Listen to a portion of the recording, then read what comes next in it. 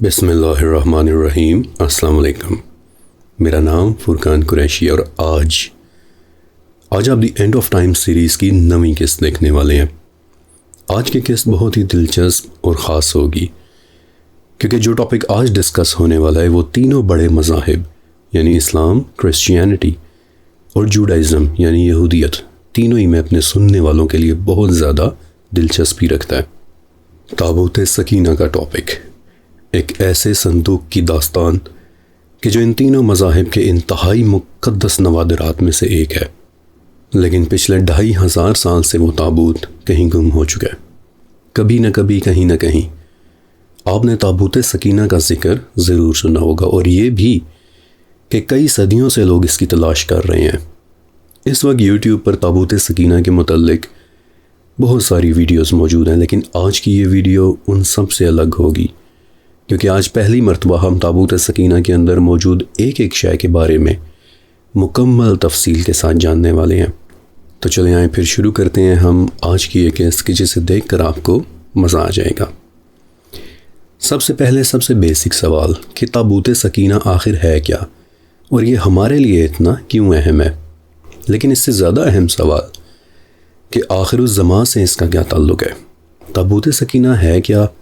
اس پر تو ابھی ہم اپنی گفتگو کا باقاعدہ آغاز کریں گے، لیکن اس سے پہلے آپ یہ جان لیں کہ تابوت سکینہ بنی اسرائیل کی سب سے مقدس شے تھا کہ جو 2500 سال پہلے کہیں گم ہو گیا تھا، لیکن قیامت سے پہلے ایک مرتبہ پھر سے اس تابوت نے ظاہر ہو جانا ہے، اور اس بارے میں 4 پیشن گوئیاں موجود ہیں۔ آخر الزمان کے متعلق مشہور کتاب کتاب الفتن کی 2 احادیث ہیں کہ آخر الزمان میں امام مہدی علیہ السلام 5 چیزیں لے کر بیت المقدس آئیں گے۔ بیت المقدس کے زیورات، بنی اسرائیل پر اترنے والا مائدہ، حضرت موسیٰ علیہ السلام کا عصا، حضرت آدم علیہ السلام کا لباس اور تابوت سکینہ۔ اور جب یہودیوں کے سامنے تابوت سکینہ آ جائے گا تو تھوڑے سے لوگوں کے علاوہ ان کی ایک کثیر تعداد اسلام لے آئے گی۔ پھر انہی احادیث اور حضرت ابن عباس رضی اللہ تعالیٰ عنہ کے 2 آثار کہ جو تفسیر مظہری اور تفسیر بغوی دونوں میں موجود ہیں کہ قیامت سے پہلے تابوت سکینہ ایک مرتبہ پھر تبریہ کی جھیل سے نکل کر دنیا کے سامنے آئے گا۔ اور چوتھی پیشن گوئی بنی اسرائیل کے اپنے ایک نبی کی ہے کہ جو میں تھوڑا آگے چل کر آپ کو بتاؤں گا، اور یہاں سے شروع ہوتا ہے اب تابوت سکینہ کی تلاش میں ہمارا آج کا یہ سفر۔ قرآن پاک میں تابوت سکینہ کا ذکر البقرہ کی 247 نمبر آیت میں ہے کہ جہاں بنی اسرائیل کی اپنے ایک نبی کے ساتھ گفتگو کا ذکر ہے، اور میں آپ کو اس گفتگو کا مفہوم بتا دیتا ہوں۔ بنی اسرائیل کے نبی ان سے فرما رہے ہیں کہ سنو، اللہ تعالیٰ نے طالوت کو تمہارے لیے بادشاہ منتخب کر لیا ہے۔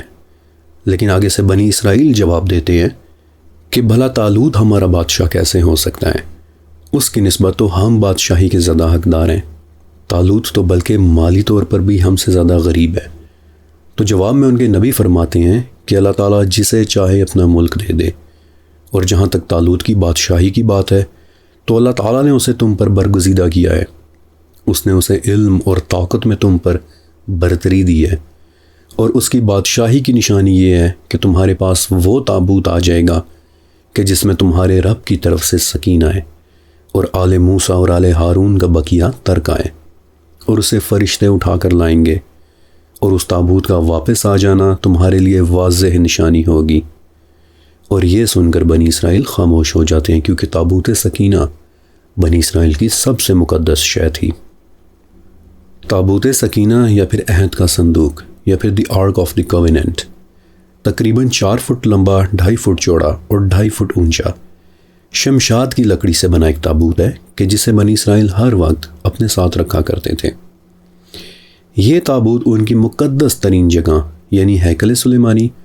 اور ہیکل سلیمانی کے بھی مقدس ترین کمرے یعنی ہولی آف ہولیز کے اندر رکھا جاتا تھا۔ اور بنی اسرائیل کے 12 قبیلوں میں سے وہ قبیلہ کہ جس سے حضرت موسیٰ علیہ السلام کا تعلق تھا یعنی بنو لاوی یا پھر لاوینز، ان کی ذمہ داری ہوتی تھی اس تابوت کے ارد گرد صفائی رکھنے اور اس کی دیکھ ریکھ کرنے کی۔ اور جب کبھی بنی اسرائیل نے کسی جنگ پر جانا ہوتا تو وہ ہمیشہ اس تابوت کو اپنے سامنے یا پھر اپنے آگے رکھتے تھے، اور ان کی روایات بتاتی ہیں کہ اس جنگ میں پھر انہیں شکست نہیں ہوتی تھی، کیونکہ ان کے دل سے ڈر اور خوف نکل جایا کرتا تھا، کیونکہ اس تابوت کے اندر قرآن پاک کے حساب سے سکینہ رکھ دی گئی تھی، وہی چیز کہ جس کے نام پر پھر پورے تابوت کا نام تابوت سکینہ ہو گیا۔ لیکن سکینہ ایگزیکٹلی تھی کیا، یہ جان کر آپ شاید حیران رہ جائیں گے،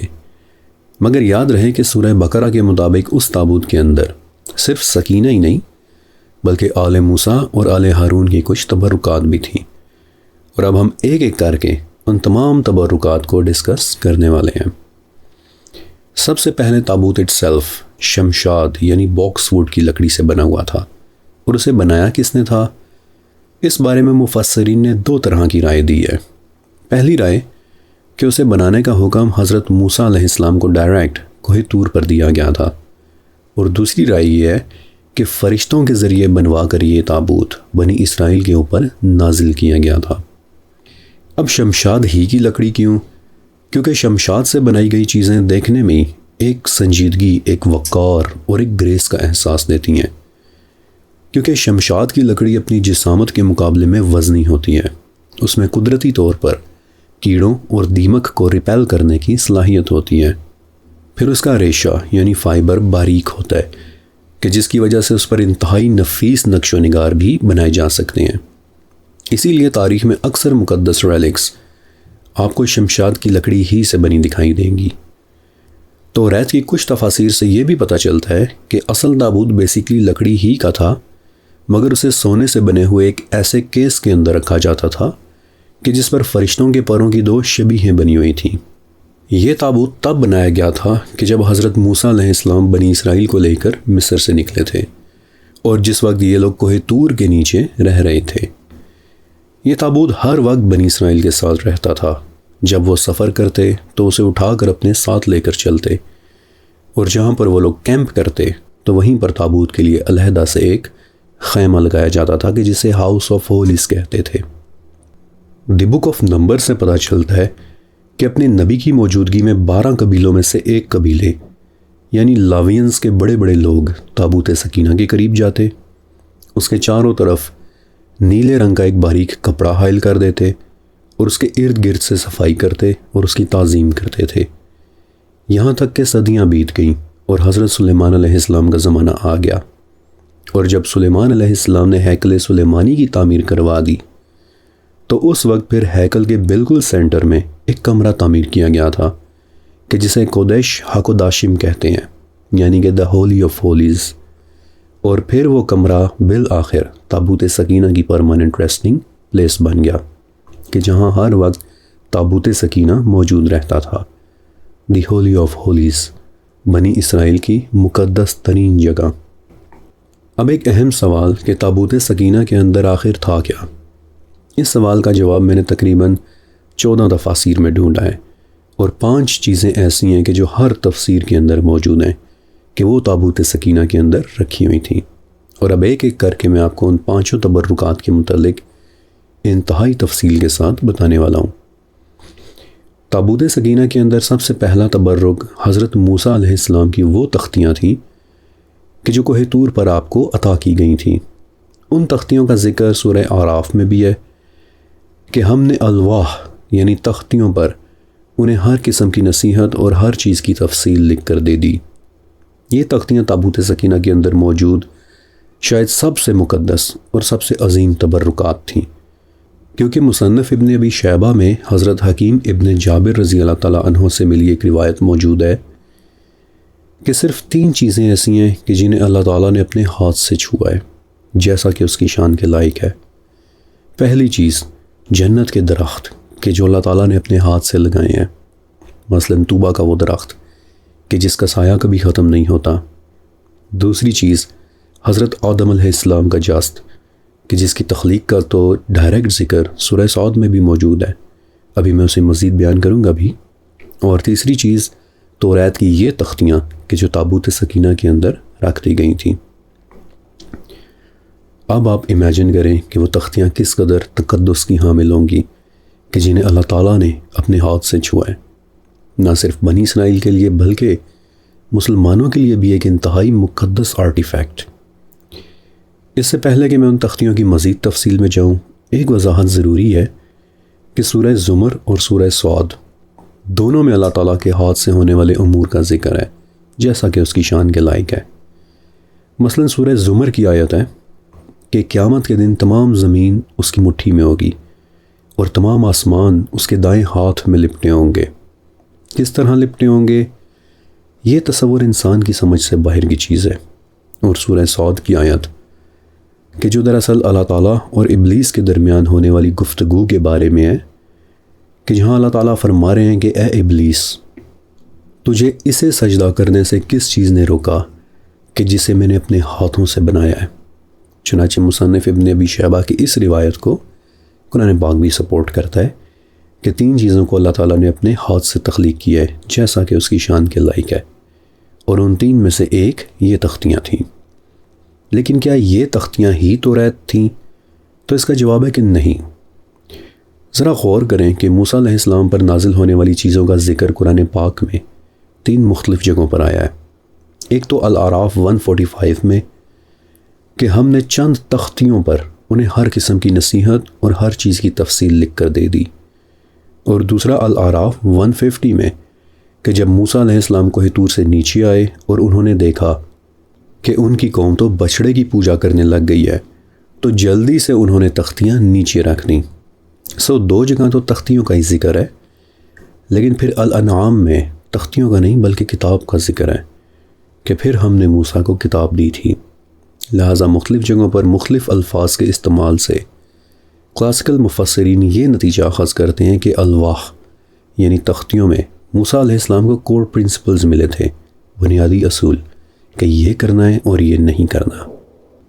انہی اصولوں کو بنی اسرائیل آج بھی دی 10 کمانڈمنٹس یعنی کہ 10 احکامات کہتے ہیں، جبکہ کتاب یعنی کہ توریت کہ جو پھر علیحدہ سے نازل ہوئی تھی، اس میں بنی اسرائیل کا مکمل قانون اور ان کی پوری شریعت درج تھی۔ اور کتاب کے متعلق میں آپ کو ایک ایڈیشنل انفارمیشن یہ بھی دے دیتا ہوں کہ جو بڑی حیرت انگیز ہے۔ حضرت ربیع ابن انس رحمۃ اللہ علیہ کہ جو بصرہ میں رہنے والے ایک انتہائی جلیل القدر تابعی، محدث اور مفسر تھے، وہ کہتے ہیں کہ جب توریت یعنی کتاب نازل ہوئی تو اس کے ایک جز کو پڑھنے میں کم سے کم 1 سال لگتا تھا،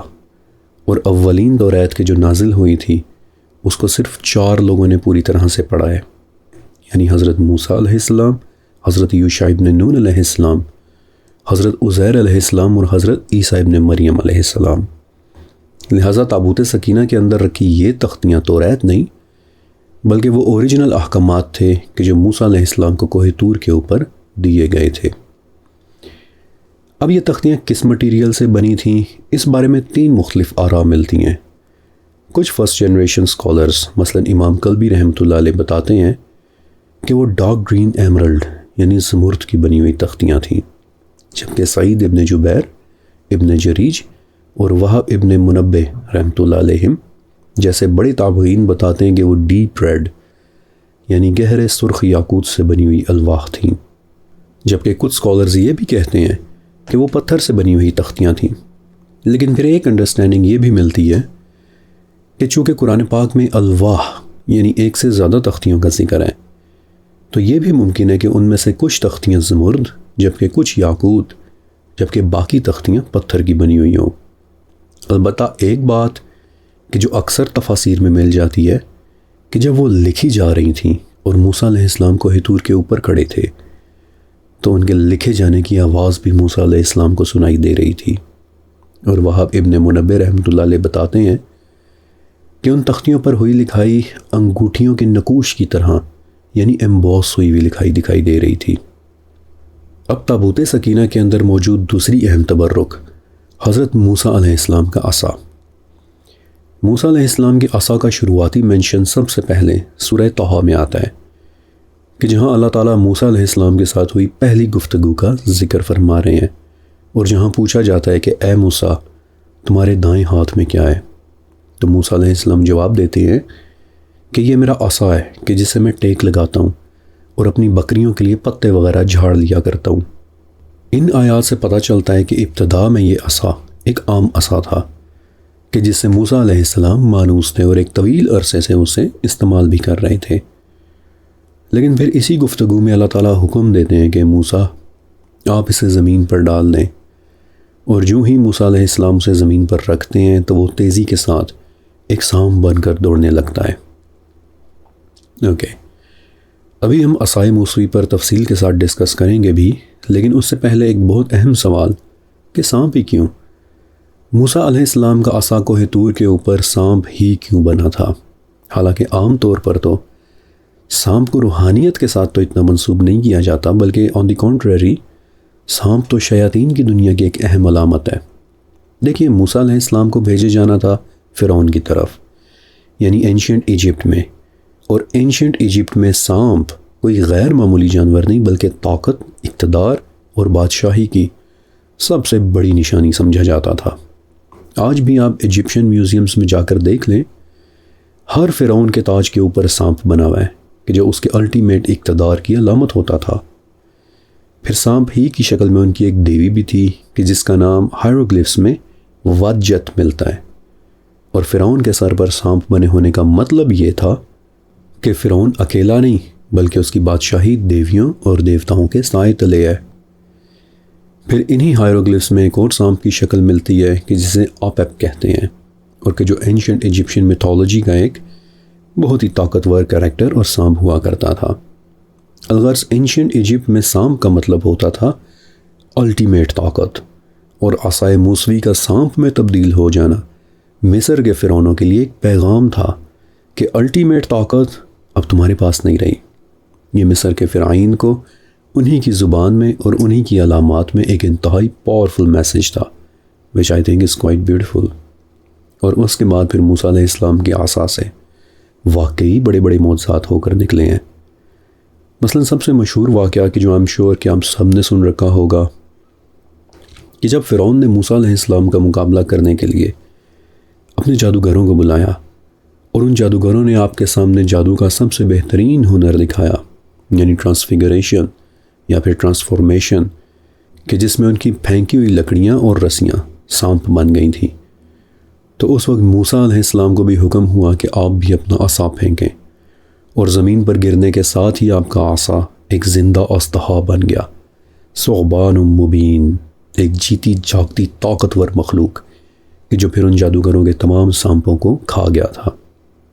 یہ واقعہ اس وقت کی دنیا کے سب سے بڑے پاور شوز میں سے ایک تھا۔ تو یہ موسیٰ علیہ السلام کا وہ عصا تھا کہ جو تابوت سکینہ کے اندر تختیوں کے ساتھ رکھا ہوا تھا۔ بائی دی وے، ان آیات پر ریسرچ کے دوران میں نے ایک بات نوٹس کی کہ عصا کے سانپ بننے کے لیے قرآن پاک میں ہر مرتبہ ایک مختلف لفظ استعمال ہوا ہے۔ مثلا سورہ طٰہٰ میں حیۃ، یعنی کہ وہ ایک زندہ سانپ بن گیا۔ پھر الشعراء میں ثعبان مبین، یعنی کہ ایک واضح طاقتور اژدہا، ایک جیتی جاگتی مخلوق، ایک اژدہا کہ جو عام سانپ کے مقابلے میں 30 فٹ تک بڑا ہو سکتا ہے، اور کہ جو شکار کو سانپ کی طرح ڈس کر نہیں بلکہ لپیٹ کر، دبا کر یا پھر کانسٹرکٹ کر کے مارتا ہے۔ اور سورہ نمل میں جان، یعنی کہ نہ صرف ایک زندہ سانپ بلکہ انتہائی تیزی کے ساتھ حرکت کرتا ہوا، لپکتا ہوا ایک پھرتیلا سانپ۔ اور ان مختلف الفاظ کے استعمال سے پتہ چلتا ہے کہ وہ عصا صرف ایک سانپ نہیں بلکہ حالات کے حساب سے طاقت کی مختلف شکلیں بن جایا کرتا تھا، اور پھر اس کا دوبارہ لکڑی بن جانا۔ یہ بات فرعونی جادوگروں کے لیے سب سے زیادہ حیرت انگیز تھی، کیونکہ جادو کی سمجھ رکھنے والا ہر شخص جانتا ہے کہ جادو میں ریورسل نہیں ہوتا۔ وہ جادوگر فوراً جان گئے تھے کہ اگر یہ عصا اژدہا بننے کے بعد دوبارہ سے عصا بن گیا ہے تو پھر یہ کوئی جادو نہیں ہو سکتا۔ چنانچہ اسی وقت وہ وہیں سجدے میں گر پڑے تھے۔ لہٰذا عصائے موسوی وہ دوسری طاقتور اور مقدس شے ہے کہ جو تابوت سکینہ کے اندر رکھی ہوئی تھی۔ بلکہ قرآن پاک میں 2 مزید معجزات بھی ہیں کہ جو اس عصا نے اللہ تعالیٰ کے حکم سے پرفارم کیے تھے۔ مثلا جب بنی اسرائیل مصر سے نکل کر آ گئے مگر راستے میں سمندر حائل ہو گیا، تو موسیٰ علیہ السلام پر وحی کی گئی کہ سمندر پر اپنا عصا ماریں، تو آپ کے عصا مارتے ہی سمندر پھٹ کر 2 حصوں میں تقسیم ہو گیا، اور یہ لوگ اس کے درمیان بنے خشک راستے کے اوپر چل کر اسے پار کرنے لگے تھے۔ اور تقسیم ہوئے ہوئے دونوں حصے قرآن پاک کے الفاظ ہیں کہ کل فرقن کا طود العظیم، یعنی ہر حصہ ایک عظیم پہاڑ کے جیسا ہو گیا۔ یہ آیت اس مت کو بھی بریک کرتی ہے کہ جو معجزات کا انکار کرنے والوں نے بنایا ہوا ہے۔ کچھ لوگ کہ جو معجزات کا انکار کرتے ہیں وہ کہتے ہیں کہ سمندر کا راستہ دے دینا معجزاتی طور پر نہیں بلکہ مد و جزر کی وجہ سے ہوا تھا، یعنی سمندر میں جزر یعنی لو ٹائیڈ آئی، پانی نیچے اترنا شروع ہو گیا، 6 گھنٹے تک پانی نیچے اترا رہا، موسیٰ علیہ السلام اور بنی اسرائیل وہاں سے گزر گئے، اور پھر اس کے بعد مد یعنی ہائی ٹائیڈ آ گئی، اور پھر اس میں فرعون اور اس کا لشکر غرق ہو گئے تھے۔ تو نہیں، قرآن پاک کے الفاظ بڑے ہی واضح ہیں کہ کل فرقن کا طود العظیم، یعنی ہر حصہ ایک عظیم پہاڑ کے جیسا ہو گیا۔ تو اس عصا کے ذریعے یہ معجزہ بھی ہوا تھا، اور پھر عصائے موسوی کا تیسرا بڑا معجزہ کہ جب صحرا میں بھٹکتے ہوئے بنی اسرائیل نے موسیٰ علیہ السلام سے پانی مانگا تو آپ پر وحی نازل ہوئی کہ اپنے عصا کو پتھر پر مارو،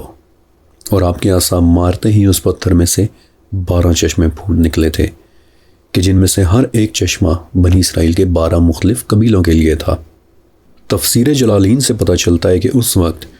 بنی اسرائیل کوئی 6 لاکھ کی تعداد میں تھے۔ تو آپ امیجن کر لیں کہ 6 لاکھ لوگوں اور ان کے جانوروں کو سیراب کرنے کے لیے وہ کتنا بڑا پتھر ہوگا، اور کس طرح اس میں سے ٹھاٹیں مارتا ہوا پانی نکل رہا ہوگا۔ تو یہ تمام معجزات اللہ تعالیٰ کے حکم سے اس عصا کے ذریعے ہوئے تھے، اور وہ عصا بھی تابوت سکینہ کے اندر حفاظت کے ساتھ رکھا ہوا تھا۔ تابوت کے اندر رکھی تیسری مقدس شے بھی ایک عصا ہی تھا، مگر حضرت ہارون علیہ السلام کا۔ ہارون علیہ السلام موسیٰ علیہ السلام کے بھائی تھے، اور موسیٰ علیہ السلام کی زندگی میں تو بنی اسرائیل کے لیے بڑی ہی واضح نشانیاں موجود تھیں، وہی تھی، قیادت بھی واضح تھی کہ وہ موسیٰ علیہ السلام کے پاس ہوگی، لیکن آپ کی وفات کے بعد پھر ایک مسئلہ پیدا ہو گیا۔ یوسی بنی اسرائیل 12 مختلف قبیلوں میں بٹی ہوئی ایک قوم کا نام تھا۔ ایسا اس لیے کیونکہ یہ لوگ حضرت یعقوب علیہ السلام کے 12 بیٹوں کی اولادوں میں سے تھے، اور یعقوب علیہ السلام کا لقب اسرائیل تھا، اس لیے ان 12 بیٹوں اور ان کی اولادوں کو مجموعی طور پر کلیکٹیولی بنی اسرائیل کہا جاتا ہے، یعنی دا چلڈرن آف اسرائیل۔ یوسف علیہ السلام بھی انہی 12 بیٹوں میں سے ایک بیٹے تھے، جبکہ دوسرے بیٹے لیوائی یا پھر لاوی کی نسل میں آگے چل کر موسیٰ علیہ السلام اور ہارون علیہ السلام پیدا ہوئے، اور اسی لیے تابوت سکینہ کی مجاوری کہہ لیں یا اس کی دیکھ ریکھ کہہ لیں کہ اس کا شرف موسیٰ و ہارون کے قبیلے لاوینز کے پاس تھا۔ اب جب تک موسیٰ علیہ السلام زندہ تھے تب تک تو کوئی مسئلہ نہیں ہوا، مگر جب آپ کی وفات ہو گئی تو اس کے بعد پھر اب باقی 11 قبیلوں اور ان کی اولادوں کو مسئلہ ہونا شروع ہو گیا کہ بھئی تابوت سکینہ کی تعظیم اور اس کے پاس جانے کا اختیار آخر لاوینز کے ہی پاس کیوں ہے، ہمارے پاس کیوں نہیں ہے۔ چنانچہ وہ سب مل کر ہارون علیہ السلام کے پاس گئے، اور یہ واقعہ مختلف قرآنی تفاسیر کے علاوہ توریت کی بک آف نمبرز اور عہد نامہ جدید یعنی دی نیو ٹیسٹمنٹ کی بک آف ہیبریوز میں بھی مل جاتا ہے کہ 12 قبیلوں کے سردار اکٹھے ہوئے اور ایک قرآن اندازی ہوئی کہ تابوت سکینہ کی مجاوری کا اختیار اب کس قبیلے کے پاس ہوگا۔ چنانچہ فیصلہ ہوا کہ تمام قبیلوں کے سردار پلس لاوینز کے سردار یعنی ہارون علیہ السلام بھی اپنے اپنے عصا کو ایک ساتھ رکھیں گے، اور جس کے عصا میں کچھ غیر معمولی تبدیلی ہوئی وہی سردار تابوت سکینہ کی حفاظت کے لیے منتخب ہو جائے گا۔ چنانچہ جوں ہی انہوں نے اپنے اپنے عصا ایک ساتھ رکھے، فوراً سے ہارون علیہ السلام کا عصا بلوم ہو گیا، اس میں پتے نکل آئے، فوراً ہی کلیاں پھوٹ پڑیں کہ جو تیزی کے ساتھ پھولوں میں تبدیل ہو گئیں، اور ان میں بادام نکل آئے۔ وہ عصا فوراً ہی سرسبز ہو گیا، اور واضح ہو گیا کہ موسیٰ علیہ السلام کے بعد ان کے جانشین ہارون علیہ السلام ہوں گے۔ تو ہارون علیہ السلام کا یہ عصا بھی تابوت سکینہ کے اندر رکھا ہوا تھا۔ بائی دا وے شاید آپ سوچ رہے ہوں کہ اس عصا پر بادام ہی کیوں پھوٹے، تو میں آپ کو بتا دیتا ہوں کہ عبرانی روایات میں بادام کوئی عام پودا نہیں، بلکہ ہیبریو کیلنڈر یا عبرانی کیلنڈر کے مطابق اسے سیزن کا سب سے پہلے پھوٹنے والا درخت سمجھا جاتا ہے، اور یہ بات بھی اپنے اندر ایک علامت تھی کہ فوری فیصلہ، جس طرح بادام کا درخت سب سے پہلے پھوٹتا ہے، اسی طرح ایک ڈیوائن پرومپٹ یہ ہے کہ فوراً سے پہلے ہارون علیہ السلام کے قبیلے اور انہیں ہی تابوت سکینہ کی خدمت کا اختیار دیا جائے۔ پھر تابوت سکینہ کے اندر رکھی چوتھی چیز ایک برتن کہ جس کے اندر من و سلوا والا من رکھا ہوا تھا۔ البقرہ 57 کے مطابق بنی اسرائیل پر اللہ تعالیٰ نے جو جو انعامات نازل کیے تھے، ان میں سے ایک انعام آسمان سے اترنے والا ایک انتہائی خاص رزق من اور سلوا ہوا کرتا تھا۔ من اور سلوا یہ دو مختلف چیزیں تھیں۔ من صبح کے وقت درختوں اور گھاس پر اترنے والی ایک شے تھی کہ جو دیکھنے میں شہد کی طرح لگتی تھی، لیکن کھانے میں شہد سے کہیں زیادہ میٹھی اور دودھ سے کہیں زیادہ سفید ہوا کرتی تھی۔ اس کے نازل ہونے کا وقت صبح فجر سے لے کر سورج کے طلوع ہونے کے وقت تک ہوا کرتا تھا، اور بنی اسرائیل کے لوگ جاگنے کے بعد اسے اکٹھا کر لیا کرتے تھے۔ یہ کوئی ایسی چیز تھی کہ اگر کھانا چاہو تو یہ کھائی جا سکتی تھی، اور اگر پینا چاہو تو یہ پینے کی شے بن جاتی تھی۔ تابعی ربیع ابن انس رحمۃ اللہ علیہ بتاتے ہیں کہ دیکھنے میں من بالکل شہد کی طرح لگتا تھا، لیکن ذائقے میں وہ اس شہد سے 90 گنا زیادہ لذیذ تھا کہ جو آج ہم کھاتے ہیں۔ جبکہ سلوا وہ ایک بالکل مختلف چیز تھی۔ وہ ایک قسم کا پرندہ تھا کہ جو چڑیا سے تھوڑا سا بڑا یا پھر تقریباً بٹیر کے سائز کا ہوا کرتا تھا۔ سرخ رنگ کی ایک ہوا چلتی اور سلوا نامی یہ پرندہ بنی اسرائیل کے خیموں کے ارد گرد ہزاروں کی تعداد میں اترنا شروع ہو جایا کرتا تھا۔ ضرورت کے مطابق وہ لوگ انہیں پکڑ لیتے اور کئی سالوں تک وہ لوگ من اور سلوا کھاتے رہے تھے۔ لہٰذا تابوت سکینہ کے اندر من اور سلوا میں سے من کا کچھ حصہ بھی ایک برتن کے اندر رکھا ہوا تھا۔ اور اب پانچویں چیز کہ جس کے متعلق بہت کم لوگ بات کرتے ہیں، یعنی سکینہ اٹ سیلف۔ تابوت سکینہ کے متعلق البقرہ میں جو آیت موجود ہے اس کے الفاظ پر غور کریں کہ این یأتیکم التابوت، کہ تمہارے پاس وہ تابوت آ جائے گا، فیہ سکینۃ من ربکم، کہ جس میں تمہارے رب کی طرف سے سکینہ ہے۔ کیا ہے یہ چیز سکینہ کہ جس کی وجہ سے پورے کے پورے تابوت کا نام ہی تابوت سکینہ ہو گیا؟ اور اب آپ نے بہت غور سے سننا ہے۔ صحابی رسول حضرت خالد ابن عرغرہ رضی اللہ تعالیٰ عنہ فرماتے ہیں کہ ایک دن مجھے ایک ایسی محفل میں شامل ہونے کا اتفاق ہوا کہ جس میں مسلمانوں کے بڑے بڑے علماء شریک تھے، تو میں نے دیکھا کہ ایک خوبصورت اور پروقار شخص تشریف لائے ہیں جو بہت خوبصورت انداز میں کھڑے ہو کر درس دے رہے ہیں۔ جب میں نے غور سے دیکھا تو پتہ چلا کہ یہ تو علی ابن ابی طالب رضی اللہ تعالیٰ عنہ ہیں۔ چنانچہ میں نے غور سے سننا شروع کیا اور میں نے انہیں بتاتے سنا کہ جب حضرت ابراہیم علیہ السلام کو کعبۃ اللہ کی تعمیر کا حکم ملا تھا تو آپ تھوڑا سا پریشان ہوئے تھے کہ آخر میں کہاں، کس جگہ اور کس حیت کی تعمیر شروع کروں۔ تو اس وقت آپ کے اوپر آپ کے رب کی طرف سے ایک ایسی چیز نازل ہوئی کہ جسے سکینہ کہتے ہیں۔ اس کے اترتے ہوئے ابراہیم علیہ السلام کو ہوا کے ایک تیز جھونکے کا احساس ہوا، جبکہ اس ہوا کا ایک سر بھی تھا کہ جس میں انسان کی طرح کا ایک چہرہ بھی تھا۔ آپ اس کے پیچھے چلے یہاں تک کہ وہ ہوا اس جگہ پر آ کر سمٹ گئی کہ جہاں پر بیت اللہ کی تعمیر ہونی تھی، اور اسی سکینہ کی نشاندہی کے مطابق روزانہ آپ کعبہ کی تعمیر کرتے رہے۔ علی ابن ابی طالب رضی اللہ تعالیٰ عنہ سے ملی روایت کے مطابق سکینہ کسی قسم کی زندہ مخلوق کا نام ہے کہ جو ہوا میں یا زمین سے اوپر حرکت کرنے والی کوئی شے ہے کہ جس کا ایک چہرہ اور ایک سر بھی ہے۔ بلکہ تفسیر در منصور میں ابن عباس رضی اللہ تعالیٰ عنہ فرماتے ہیں کہ سکینہ کی 2 آنکھیں بھی ہیں کہ جن سے تیز روشنی نکلتی ہے۔ اور وہب ابن منبہ رحمۃ اللہ علیہ ایک انتہائی کریڈیبل تابعی بتاتے ہیں کہ سکینہ بنی اسرائیل کے ساتھ گفتگو بھی کیا کرتی تھی، اور جب کبھی ان میں سے کسی بات پر کسی کا کوئی اختلاف ہو جاتا تو اکثر وہ ان کے معاملات کے اوپر بات بھی کیا کرتی تھی۔ Imagine that. وہب ابن منبہ رحمۃ اللہ علیہ فردر ایکسپلین کرتے ہیں کہ سکینہ اللہ تعالیٰ کی طرف سے بھیجی گئی ایک خاص روح تھی کہ جو بنی اسرائیل کے ساتھ باتیں کیا کرتی تھی۔ بلکہ المحرر الوجیز میں تو ایک کے بجائے 2 سروں کے ہونے کی روایت بھی مل جاتی ہے۔ اور جب سکینہ نازل ہوتی ہے تو اس کا ہماری دنیا کی مخلوقات پر ڈائریکٹلی بہت زیادہ اثر پڑتا ہے۔ اب میں آپ کو بخاری اور مسلم شریف دونوں میں سے ایک ایسی حدیث سنانے والا ہوں کہ جو متفق علیہ ہے، یعنی کہ ایک انتہائی مستند حدیث کہ جس پر کسی کو کوئی اختلاف نہیں ہے۔ رسول اللہ صلی اللہ علیہ وآلہ وسلم کے ایک صحابی تھے حضرت اسید ابن حضیر رضی اللہ تعالیٰ عنہ۔ ایک رات وہ اپنے گھر میں لیٹے سورہ کہف کی تلاوت کر رہے تھے اور اس وقت قریب ہی ان کا گھوڑا بھی بندھا ہوا تھا، تو اچانک سے گھوڑے نے اچھلنا کودنا اور بدکنا شروع کر دیا۔ پہلے تو ابن حضیر نے کوئی توجہ نہیں دی، لیکن پھر آپ نے دیکھا کہ سفید رنگ کی ایک گہری ہوا یا ایک طرح کا بادل ہے کہ جو صرف آپ ہی کے گھر کے اوپر معلق ہے، اور پھر وہ گول گول گھومتا ہوا دھیرے دھیرے نیچے آ رہا ہے، یہاں تک کہ آپ کے گھوڑے کے گرد لپٹ گیا۔ اگلی صبح ابن حضیر نے جب نبی علیہ السلام سے اس واقعے کا ذکر کیا تو آپ نے فرمایا کہ وہ سکینہ تھی کہ جو قرآن کی تلاوت کی وجہ سے نیچے اترنے لگی تھی، اور اگر تم تلاوت کرتے رہتے تو اگلی صبح باقی لوگ بھی اسے دیکھ سکتے تھے۔ تابوت سکینہ کے اندر سکینہ یہ ایک ایسی شے تھی کہ جو اس دنیا سے تعلق نہیں رکھتی، اس کی شکل کو ہم امیجن بھی نہیں کر سکتے۔ بھلا آپ کیسے امیجن کر سکتے ہیں ایک ایسی ہوا کو کہ جس کے ایک یا دو سر ہوں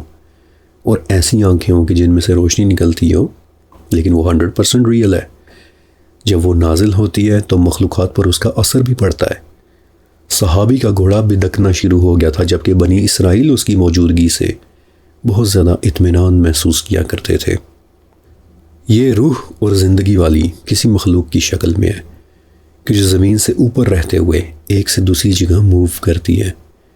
لیکن اس کی ایگزیکٹلی شیپ کیا ہے، اس کا جواب تو سکینہ کو دیکھنے کے بعد ہی دیا جا سکتا ہے۔ البتہ سکینہ ہی وہ پانچویں شے ہے کہ جو تابوت سکینہ کے اندر محفوظ ہوئی ہوئی ہے۔ یہ 5 مستند چیزیں ہیں کہ وہ تابوت سکینہ کے اندر موجود ہیں۔ البتہ اس کے علاوہ بھی کچھ تبرکات ہیں کہ جن کا تابوت کے اندر ہونے کا ذکر مل جاتا ہے۔ مثلا حضرت یوسف علیہ السلام کا وہ کرتا کہ جسے ان کے والد یعقوب علیہ السلام نے اپنی آنکھوں پر رکھا تھا تو آپ کی بینائی واپس آ گئی تھی، اور جنت کی ترنجبین کہ جو ایک قسم کی شکر ہوتی ہے کہ جس کے ساتھ یعقوب علیہ السلام اپنا روزہ افطار کیا کرتے تھے۔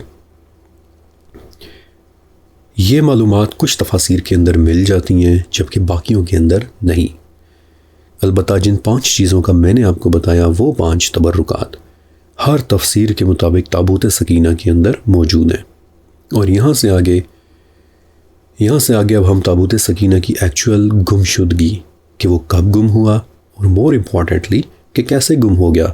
اس کے اوپر بات کریں گے، اور ان امکانات پر بھی کہ اس وقت وہ تابوت کن کن جگہوں پر موجود ہو سکتا ہے۔ تابوت سکینہ بیسیکلی 2 مرتبہ گم ہوا ہے۔ پہلی مرتبہ تو یہ مل گیا تھا،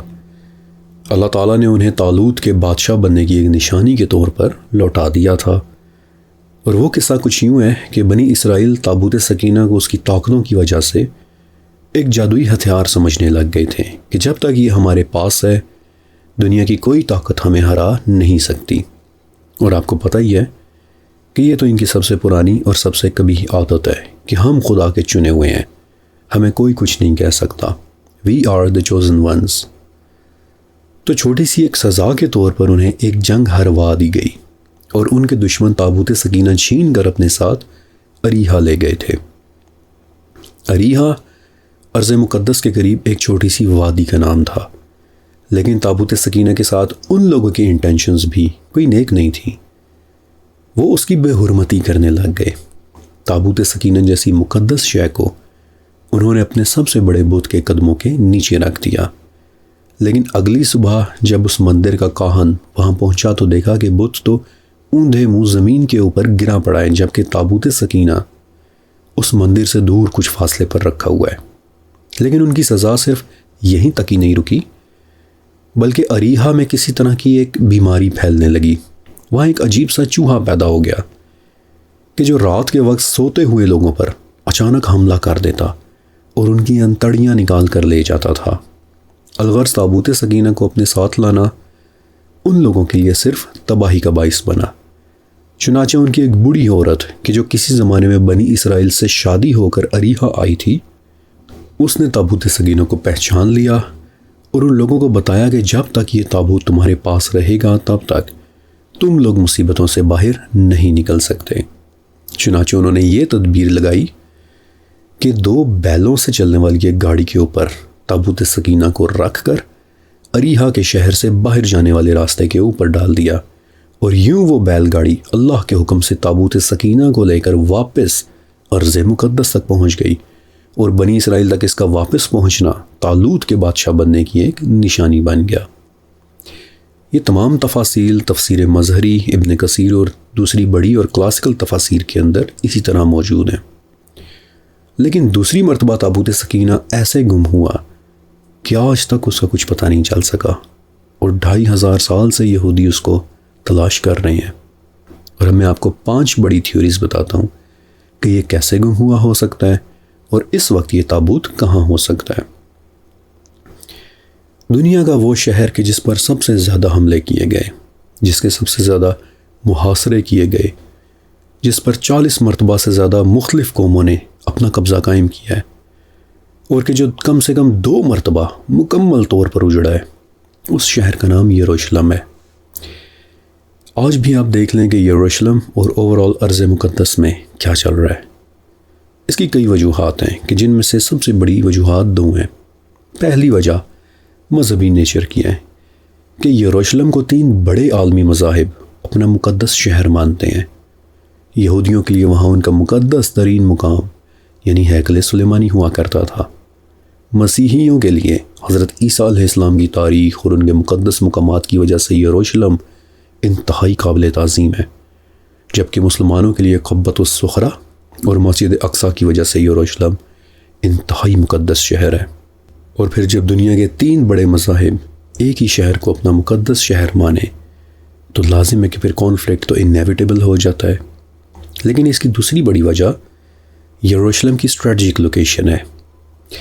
یروشلم یا پھر ارض مقدس 3 بڑے بر اعظموں کے سنگم پر واقع ہے،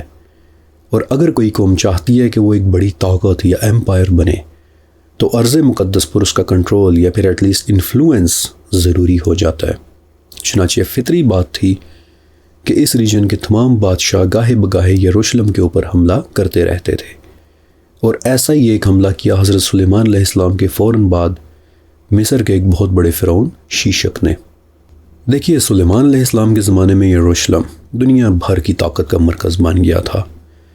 کیونکہ آپ علیہ السلام کو تو ایک ایسی حکومت ملی تھی کہ جو اور کسی کے بھی پاس نہیں تھی، اور آپ کی حکومت کا دارالحکومت یروشلم ہوا کرتا تھا۔ تو یروشلم کے مقابلے میں مصر کے فرعون اپنی طاقت کھو بیٹھے تھے۔ اب سلیمان علیہ السلام سے تو وہ لوگ ٹکرا سکتے نہیں تھے، مگر آپ کی وفات کے فوراً بعد انہوں نے ایک مرتبہ پھر سے یروشلم پر حملے کرنے شروع کر دیے تاکہ یروشلم کو توڑ کر مصر کو ایک مرتبہ پھر سے مضبوط کر سکیں۔ یہ ساری بات ہمیں کس طرح پتہ چلتی ہے؟ مصر کے کارنک ٹیمپل کے ستونوں پر لکھی ہوئی قدیم عبارتوں سے کہ کس طرح اور کیوں شیشک نے یروشلم کے اوپر حملہ کیا تھا، اور ہیکل سلیمانی سے اس کے خزانے، سونا، چاندی، قیمتی برتن، سونے کی ڈھالیں اور بہت کچھ اپنے ساتھ لے کر مصر واپس چلا گیا تھا۔ اب چونکہ تابوت سکینہ بھی ہیکل سلیمانی کے اندر ہی رکھا ہوتا تھا، اس لیے بعض لوگ اندازاً کہتے ہیں کہ تابوت سکینہ کو بھی وہ شاید اپنے ساتھ لے گیا ہو، لیکن نہیں۔ اگر شیشک تابوت سکینہ اپنے ساتھ لے کر گیا ہوتا تو یہودی روایات میں اسے ان کی تاریخ کا سب سے بڑا سانحہ ڈکلیئر کیا جاتا۔ دوسری بات کہ کارنیک ٹیمپل کی دیواریں کہ جن سے ہمیں شیشک کی پوری مہم کے ثبوت مل جاتے ہیں، اس پر یروشلم کے سونے، چاندی، شہروں اور قلعوں تک کا ذکر موجود ہے، لیکن تابوت سکینہ کا ایک مینشن بھی نہیں ہے۔ اس لیے زیادہ تر مورخین یہی مانتے ہیں کہ شیشک نے ہیکل سلیمانی کے خزانے تو لوٹے تھے، مگر ہولی آف ہولیز تک یا تو وہ پہنچ ہی نہیں سکا تھا، یا پھر اس کے پہنچنے سے پہلے ہی تابوت سکینہ کو چھپا دیا گیا تھا۔ یہ تھی پہلی تھیوری کہ کیا تابوت سکینہ کو شیشک اپنے ساتھ مصر لے گیا تھا، تو اس کا جواب ہے کہ نہیں۔ دوسری تھیوری یہ ہے کہ تابوت سکینہ کو یروشلم سے نکال کر ایتھوپیا کی غاروں کے اندر شفٹ کر دیا گیا تھا۔ آج اس وقت افریقہ میں کرسچینٹی کا سب سے قدیم مرکز ایتھوپیا کے ایک شہر اکسوم میں ہے، کہ جہاں اس دنیا کے کچھ قدیم ترین چرچز بنے ہوئے ہیں، اور ایتھوپین چرچ کے بڑے علماء یہ کہتے ہیں کہ شیشک کے حملے کے وقت ایتھوپیا کا ایک بادشاہ منالک ون تابوت سکینہ کو یروشلم سے نکال کر یہاں ایتھوپیا لے آیا تھا، اور تب سے لے کر آج تک وہ تابوت اکسوم کے نیچے گہرائیوں میں موجود ہے۔ اکسوم میں ایک چرچ ہے دی چرچ آف آور لیڈی دی میری آف زایون، اور وہ لوگ کہتے ہیں کہ اس چرچ کے احاطے میں بالکل ایک پرائیویٹ کمرے کے اندر تابوت سکینہ کو چھپا کر رکھا گیا ہے۔ اس قسط کی تیاری کے لیے میں نے اقسم والی تھیوری کو بہت تفصیل کے ساتھ اسٹڈی کیا، اور اب میں آپ کو اتنا بتا سکتا ہوں کہ وہ لوگ اپنے اس دعوے کو لے کر بے حد سنجیدہ ہیں۔ مثلا جس راہب کی دی چرچ آف آور لیڈی میں ذمہ داری یا ڈیوٹی لگتی ہے، اس کی زندگی کو بہت ہی سختی کے ساتھ ریگولیٹ کیا جاتا ہے۔ نہ تو اسے چرچ کے احاطے سے باہر جانے کی اجازت ہوتی ہے، اور نہ ہی کبھی اس تابوت کے متعلق کسی سے کوئی بات کرنے کی۔ اس راہب کی پوری زندگی تابوت کے لیے وقف ہو جاتی ہے، اور باہر سے تو چونکہ نہ کسی کو اس چرچ میں جانے کی اجازت ہے، اور کیمرہ اور فوٹوز تو خیر ناقابل تصور قسم کی بات ہیں، لہٰذا اس وقت کوئی نہیں جانتا کہ اقسم کے اس کمرے میں اس وقت ایگزیکٹلی کیا موجود ہے۔ کیا واقعی وہ لوگ تابوت سکینہ کو گارڈ کر رہے ہیں، یا پھر ان کے پاس کوئی تابوت تو ہے مگر اوریجنل تابوت سکینہ نہیں، بلکہ کسی قسم کی کوئی ریپلیکا یا پھر کوئی اور تابوت۔ یہ راز تو شاید تبھی کھل سکے گا کہ اگر کوئی وہاں اندر جائے، یا پھر وہ لوگ خود سے کبھی اسے ڈکلیئر کر دیں یا اسے ریویل کر دیں۔ تیسری تھوڑی بڑی دلچسپ ہے، and I'm sure کہ آپ کو پسند آئے گی، اور وہ یہ ہے کہ تابوت سکینہ آج بھی بیت المقدس یعنی دی ڈوم آف دی راک اور مسجد اقصیٰ کے نیچے کھدی ہوئی سرنگوں کے اندر چھپا ہوا ہے۔ جب اس تھیوری کے متعلق میں ریسرچ کر رہا تھا تو مجھے واقعی کچھ خاصا انٹرسٹنگ ڈیٹا بھی ملا تھا کہ جسے دیکھ کر ایک لمحے کے لیے لگتا ہے کہ جیسے یہ تیسری تھیوری ہی سچ ہو۔ آج سے کوئی 2000 سال پہلے کی بات ہے کہ جب رومنز نے یروشلم کا محاصرہ کیا تھا، تو اس دوران ایک عجیب واقعہ پیش آیا۔ رومنز کا یہ محاصرہ 5 مہینے تک چلا تھا، اور اس طویل عرصے کے دوران کئی رومن ہسٹورینز کو روم سے یروشلم آ کر قریب سے ہیکل سلیمانی کو دیکھنے کا موقع ملا تھا، اور انہی ہسٹورینز میں سے ایک ہسٹورین کا نام ہے کیشیس ڈیو، کہ جس نے یہ واقعہ اپنی آنکھوں سے ہوتے دیکھا، اور پھر روم واپس جا کر اسے اپنی ایک انتہائی ضخیم اور 80 جلدوں میں لکھی کتاب ہسٹوریا رومانا کی جلد نمبر 65 میں لکھا ہے، کہ جہاں سے اب میں آپ کو پڑھ کر سنا رہا ہوں۔ کیشیس لکھتا ہے کہ محاصرے کے دوران ہم نے محسوس کیا کہ یہودی اچانک سے ہیکل کی اس طرح حفاظت کرنے لگے ہیں کہ جیسی انہوں نے پہلے کبھی نہیں کی ہے۔ ان کی خوشی اور جوش اچانک سے کئی گنا بڑھ گیا ہے، اور انہیں دیکھ کر ہمیں لگنے لگا ہے کہ جیسے اچانک سے ہیکل کے اندر انہیں کچھ بہت ہی خاص مل گیا ہے، کہ جس کی حفاظت کے لیے وہ خود کو بخوشی ہماری تلواروں کے سامنے پیش کر رہے ہیں۔ ہم نے دیکھا کہ وہ اب دن رات ہیکل کی حفاظت پر پہرا دے رہے ہیں، جبکہ پہلے ایسے نہیں ہو رہا تھا۔ اور پھر کیشیس اس واقعے کا سب سے عجیب اور دلچسپ نکتہ لکھتا ہے کہ ایک رات یہودیوں کا ہائی پریسٹ، یعنی کہ ان کا سب سے بڑا کوہن، ان کا سب سے بڑا عالم، وہ اچانک سے ہیکل کی چھت پر چڑھا اور چابیوں کو آسمان کی طرف اچھال کر زور زور سے چلانے لگا کہ اسے بچا لو، اسے بچا لو۔ اور اس وقت ہمیں پورا یقین ہو گیا کہ ہیکل کے اندر یا پھر اس کے نیچے انہیں کچھ بہت ہی خاص مل گیا ہے۔ اس واقعے سے کچھ مورخین نے یہ تھیوری اخذ کی ہے کہ تابوت سکینہ آج بھی بیت المقدس کی غاروں کے نیچے موجود ہے، لیکن آپ کو پتہ ہے کہ اس محاصرے کے بعد رومنز نے یروشلم فتح کر لیا تھا۔ وہ لوگ ہیکل سلیمانی کے اندر داخل ہوئے بھی تھے، اور اپنی کتابوں میں انہوں نے یہودیوں کی کئی مقدس آرٹیفیکٹس کا ذکر کیا ہے کہ وہ انہیں ہیکل کے اندر اور نیچے غاروں میں ملے تھے، لیکن تابوت سکینہ کا پھر بھی کہیں کوئی ذکر نہیں ملتا۔ رہی بات کوہن کی کہ وہ کس چیز کے متعلق آسمان کی طرف دیکھ کر چلا رہا تھا، تو ہو سکتا ہے کہ وہ واقعی تابوت سکینہ کے متعلق دعائیں کر رہا ہو، لیکن یہ بھی ہو سکتا ہے کہ وہ صرف ہیکل سلیمانی کی حفاظت کی دعائیں مانگ رہا ہو۔ البتہ یہ تھیوری کہ کیا تابوت سکینہ آج بھی بیت المقدس کے نیچے موجود غاروں کے اندر چھپا ہوا ہے، وہاں پھر کھدائی تو پھر کسی بڑی جنگ کو دعوت دیے بغیر ممکن ہو ہی نہیں سکتی۔ بلڈوزرز کو بیت المقدس کے قریب بھی لے جانے کا مطلب ہوگا تیسری جنگ عظیم کا آغاز۔ اور اب تھیوری نمبر 4 کہ تابوت سکینہ بیت المقدس کے نیچے غاروں کے اندر ایک وقت میں تو تھا، لیکن پھر صلیبی جنگوں کے دوران اسے نکال کر یورپ بھیج دیا گیا۔ آپ کو پتہ ہی ہے کہ 11th, 12th اور 13th سینچری میں ہونے والی صلیبی جنگوں یعنی کروسیڈز کے دوران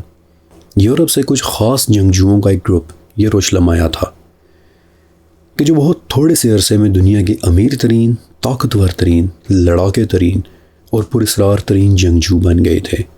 جنہیں آج ہم دی نائٹ ٹیمپلرز کہتے ہیں۔ ابھی میں ٹیمپلرز کی بہت زیادہ تفصیل میں تو نہیں جا رہا کیونکہ آج وہ ہمارا ٹاپک نہیں ہے، مگر فی الوقت کے لیے اتنا ضرور کہوں گا کہ شروع میں ٹیمپلرز ایک بہت اسٹریٹ فارورڈ، ایک سیدھا سادہ سا گروپ تھا کہ جو یروشلم آنے والے یورپی زائرین کی حفاظت کیا کرتا تھا۔ ٹیمپلرز کا ہیڈ کوارٹر یروشلم کا ٹیمپل ماؤنٹ تھا، یعنی کہ وہی مشہور پہاڑی کے جسے ہم سب جانتے ہیں۔ بیسیکلی ٹیمپل ماؤنٹ ہی کی وجہ سے انہیں ٹیمپلرز کہا جاتا ہے۔ تو 9 سال تک وہ لوگ اسی پہاڑی کے نیچے کھدائیاں کرتے رہے تھے۔ ان کی بنائی ہوئی سرنگیں آج بھی موجود ہیں، اور ٹیمپلرز کی تاریخ پر لکھی کتابوں میں ایک بات اکثر پڑھنے کو ملتی ہے کہ بیت المقدس کے نیچے انہیں ایک ایسا عظیم خزانہ مل گیا تھا کہ جس کی قیمت کوئی بھی نہیں دے سکتا تھا۔ وہ خزانہ کیا تھا؟ سونا تھا یا چاندی یا پھر تابوت سکینہ؟ نام کے ساتھ اس خزانے کا ذکر تو ان کی اپنی لکھی ہوئی کتابوں میں بھی نہیں ہے، لیکن یہ بات پوری دنیا جانتی ہے کہ ان کھدائیوں کے بعد اچانک سے ٹیمپلرز کی طاقت میں بے پناہ اضافہ ہو گیا تھا۔ سمپل تلواریں اٹھانے والے چند درجن ٹیمپلرز اچانک سے 90 کلو، 2000 سے زیادہ کھیتوں، پورے یورپ میں 1000 سے زیادہ جائیدادوں اور آج کے حساب سے billions and billions of dollars کی دولت کے مالک بن گئے تھے۔ کیسے؟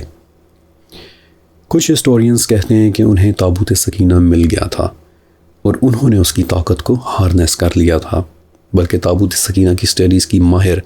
کیتھلین کوپنز تو یہاں تک دعویٰ کرتی ہیں کہ وہ لوگ تابوت کو یروشلم سے نکال کر فرانس لے گئے تھے اور اسے رینے لاشاتو کے قدیم گرجا گھر کے نیچے چھپا دیا تھا۔ لہٰذا چوتھی تھیوری یہ ہے کہ تابوت سکینہ کو نائٹ ٹیمپلرز یروشلم سے نکال کر فرانس لے گئے تھے، مگر اس کا جواب بھی ہے کہ نہیں۔ ایسا اس لیے کیونکہ ٹیمپلرز کے بارے میں ہمارے پاس کروسیڈز یعنی صلیبی جنگوں کی سرکاری تحریروں سے لے کر چرچ ریکارڈز، پوپ کے خطوط، یورپین اور مسلمان ہسٹورینز کی لکھی ہوئی کتابیں، یہ سب محفوظ ہے، اور کسی ایک بھی جگہ یہ ذکر نہیں ملتا کہ ٹیمپلرز کو بیت المقدس کے نیچے تابوت سکینہ مل گیا تھا۔ اگر ملا ہوتا تو اس بارے میں کہیں نہ کہیں کوئی نہ کوئی ذکر ضرور مل جاتا، کیونکہ یہ کوئی چھوٹی بات نہیں تھی۔ پھر بعد میں جب کنگ فلپ نے ٹیمپلرز کو گرفتار کروایا، کیوں کروایا وہ ایک مختلف ٹاپک ہے، لیکن جب ٹیمپلرز گرفتار ہو گئے تو کنگ فلپ نے ان کے تمام خزانے، سامان اور ریکارڈ کو ضبط کروا لیا تھا۔ ان کے قلعوں کی تھورولی تلاشیاں لی گئی تھیں۔ پوپ کی سربراہی میں طویل قانونی کارروائیاں ہوئی تھیں، لیکن اتنی بڑی کنٹری وائڈ انویسٹیگیشن میں کہیں پر بھی تابوت سکینہ جیسے کسی مقدس شے کا کوئی ذکر نہیں ملتا۔ لہٰذا سننے میں یہ بات بڑی دلچسپ لگتی ہے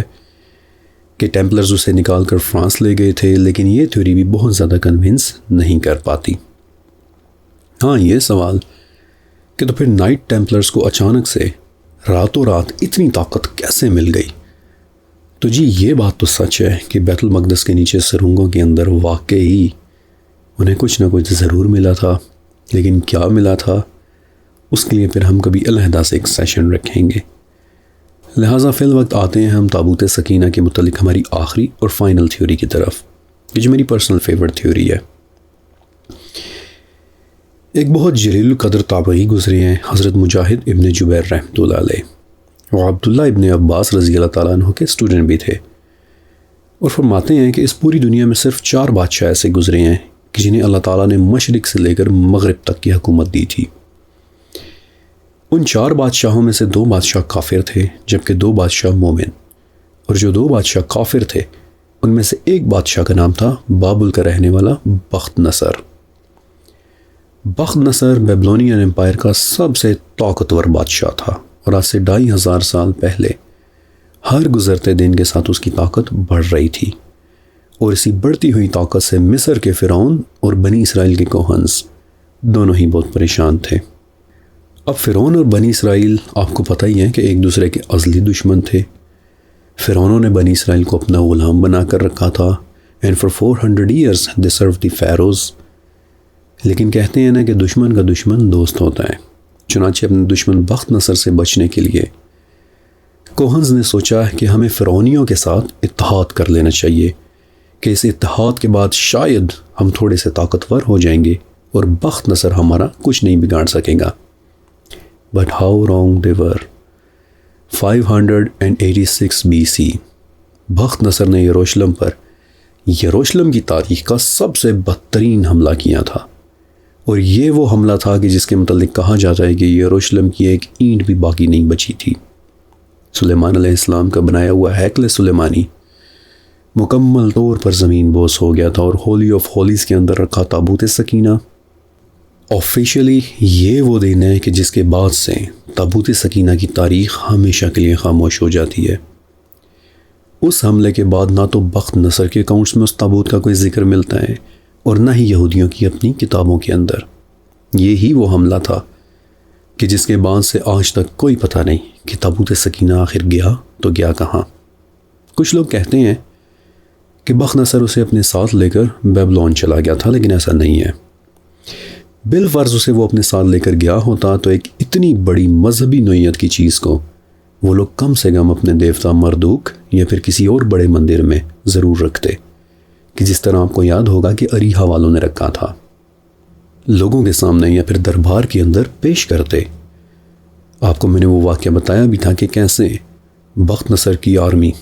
ہیکل سلیمانی میں پڑا ایک تخت بھی لے کر بیبلون گئی تھی اور بڑی شان و شوکت سے بخت نصر اس پر بیٹھا بھی تھا، مگر پھر اس کی ایک ٹانگ تخت کے اندر پھنس گئی تھی. تو جس طرح انہوں نے ہیکل سلیمانی کا تخت ڈسپلے کیا تھا اسی طرح تابوت سکینہ بھی ڈسپلے کرتے. لیکن اس حملے اور اس لمحے سے لے کر آج تک 2500 سال ہو گئے،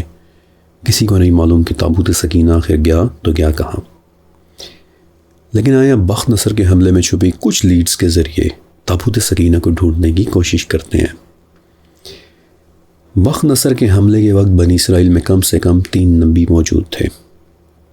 ایک ہی زمانے میں بنی اسرائیل کے اندر ایک سے زیادہ انبیاء کا ہونا ایک ریگولر بات تھی. مثلا موسیٰ و ہارون علیہ السلام، داؤد و حضرت سلیمان علیہ السلام، عیسیٰ و حضرت یحییٰ علیہ السلام. بلکہ ایک مرتبہ رسول اللہ صلی اللہ علیہ وسلم نے اپنے صحابی ابو عبیدہ ابن جراح رضی اللہ تعالیٰ عنہ کو بتایا تھا کہ ابو عبیدہ، ایک بار بنی اسرائیل نے ایک ہی صبح میں اپنے 43 انبیاء کو ایک ساتھ شہید کر دیا تھا. یعنی کہ ایک ہی وقت میں ان کے درمیان 43 انبیاء بھی رہے ہیں. اور تفسیر ابن جریر میں عبداللہ ابن مسعود رضی اللہ تعالیٰ عنہ کا ایک اثر درج ہے کہ ایک بار تو بنی اسرائیل نے ظلم کی حد کر دی کہ ایک ہی دن میں انہوں نے اپنے 300 انبیاء کو شہید کر دیا تھا اور اسی شام وہاں بیٹھ کر سبزی بیچی تھی. تو بخت نصر کے حملے کے وقت بنی اسرائیل میں 3 انبیاء موجود تھے، حضرت دانیال علیہ السلام، حضرت حزقیل علیہ السلام اور حضرت ارمیہ علیہ السلام. دانیال اور حضرت حزقیل علیہ السلام کو تو بخت نصر پھر اپنے ساتھ بیبلون لے گیا تھا، جبکہ ارمیہ علیہ السلام پیچھے یروشلم میں ہی رہ گئے تھے. تو ریت کی تفاسیر میں انہیں دا ویپنگ پروفٹ کہا جاتا ہے، یعنی بہت زیادہ رونے والے نبی، کیونکہ ارمیہ ہی وہ نبی تھے کہ جنہوں نے بخت نصر کے حملے کی پیشن گوئی کی تھی. اور اپنی اس پیشن گوئی کے بعد وہ بے انتہا رویا کرتے تھے کہ کیا میں ہی بنی اسرائیل کا آخری نبی ہوں گا؟ کیا میں ان لوگوں کا اختتام دیکھ رہا ہوں؟ اب ایک کتاب ایسی ہے کہ جس میں بنی اسرائیل کی پوری تاریخ لکھی ہوئی ہے، اور یہ کوئی ایک کتاب نہیں بلکہ 4 موٹے والیومز میں لکھی ہے، ایک بہت بڑی کتاب ہے، اور اس کا نام ہے دی بک آف میکابیز. یہ کتاب توریت کا حصہ نہیں ہے، لیکن تاریخی طور پر ایک بہت بہترین اور اعلیٰ درجے کی مستند کتاب سمجھی جاتی ہے. اور بک آف میکابیز کے 2 والیوم 2-8 میں لکھا ہے کہ بخت نصر کے حملے کے وقت ارمیہ نے 3 چیزوں کو ایک ساتھ چھپا دیا تھا. پہلی چیز وہ میز کہ جس پر بنی اسرائیل اپنی مقدس قربانیاں رکھا کرتے تھے. نمبر 2 وہ خیمہ کہ جس کے اندر بنی اسرائیل اپنی سب سے مقدس عبادات کیا کرتے تھے. اور نمبر 3 تابوت سکینہ. بک آف میکابیز کے مطابق ارمیہ علیہ السلام نے یہ تینوں مقدس ریلکس اس پہاڑ کی غاروں میں چھپا دی تھی کہ جس کے اوپر حضرت موسیٰ علیہ السلام کی وفات ہوئی تھی. اور یہ وہی پہاڑ ہے کہ جس پر اسلامی تفاسیر اور توریت دونوں کی روح سے یہ روایت مل جاتی ہے کہ جب موسیٰ علیہ السلام بنی اسرائیل کو ارض مقدس واپس لا رہے تھے تو پہنچنے سے کچھ ہی دن پہلے آپ کی وفات کا وقت آ گیا، تو ایک آخری مرتبہ موسیٰ علیہ السلام نے ایک پہاڑ کے اوپر کھڑے ہو کر ارض مقدس کی ایک آخری جھلک دیکھی تھی کہ یہ ہے میرے آباء و اجداد کی سرزمین، اور اسی پہاڑ پر پھر آپ کی وفات بھی ہو گئی تھی، اور اسی پہاڑ کے نیچے کسی غار میں ارمیہ علیہ السلام نے تابوت سکینہ سمیت باقی دونوں چیزوں کو بھی چھپا دیا تھا۔ اور وہ پہاڑ آج اس وقت کون سا ہے یہ بات کسی کو بھی نہیں معلوم۔ کچھ لوگ کہتے ہیں کہ وہ پہاڑ جارڈن میں ماؤنٹ نیبو ہے، کچھ لوگ کہتے ہیں کہ مدابہ کے قریب ایک پہاڑ ہے، کچھ لوگ ڈیڈ سی کے قریب پہاڑیوں میں سے ایک پہاڑ کو کہتے ہیں، جبکہ کچھ لوگ تبریا کی جھیل کے قریب ایک پہاڑ کو کہتے ہیں۔ لیکن 14 سے لے کر 18 پہاڑ ایسے ہیں کہ جن کے متعلق یہ دعوے موجود ہیں کہ یہ والا وہ پہاڑ ہے، لیکن تابوت سکینہ صرف ایک پہاڑ کے اندر چھپا ہو سکتا ہے، یعنی کہ وہ پہاڑ کہ جس کے اوپر حضرت موسیٰ علیہ السلام کی وفات ہوئی تھی۔ اس وقت بھی کچھ لوگوں نے یہ جاننے کی کوشش کی تھی اور ارمیہ علیہ السلام سے اس پہاڑ کا راستہ بھی پوچھا تھا اور اس طرف گئے بھی تھے، لیکن پھر وہ لوگ راستہ بھٹک گئے اور اس جگہ تک پہنچ ہی نہیں سکے تھے۔ اور تب ارمیہ علیہ السلام نے یہ جملہ کہا تھا کہ جو بک آف مکابیز میں درج ہے کہ وہ تابوت تب تک دوبارہ ظاہر نہیں ہوگا جب تک کہ اللہ رب العزت کا حکم نہ آ جائے۔ اور تمام اسلامی پیشن گوئیوں کے ساتھ یہ ہے وہ چوتھی پیشن گوئی کہ جس سے پتہ چلتا ہے کہ پچھلے 2500 سال سے چھپا تابوت سکینہ عنقریب ایک مرتبہ پھر سے ظاہر ہوگا۔ تو یہ تھی تابوت سکینہ کی مکمل داستان، اس کی تمام ہسٹری کہ جسے میں نے بڑی ہی محنت کے ساتھ ایک جگہ اکٹھا کیا ہے۔ اور اب آپ نے 2 کام ضرور کرنے ہیں کہ ایک تو اس ویڈیو کو پلیز لائک کر دیجیے گا تاکہ یہ خوبصورت معلومات ہماری یوٹیوب فیملی کے باقی ممبرز تک بھی پہنچ جائے،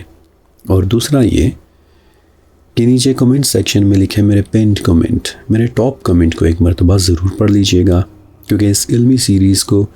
اسی طرح آسانی کے ساتھ جاری رکھنے کے لیے اس کمنٹ میں میری طرف سے آپ سب کے لیے ایک بہت ضروری پیغام ہے۔ شکریہ اور اللہ حافظ۔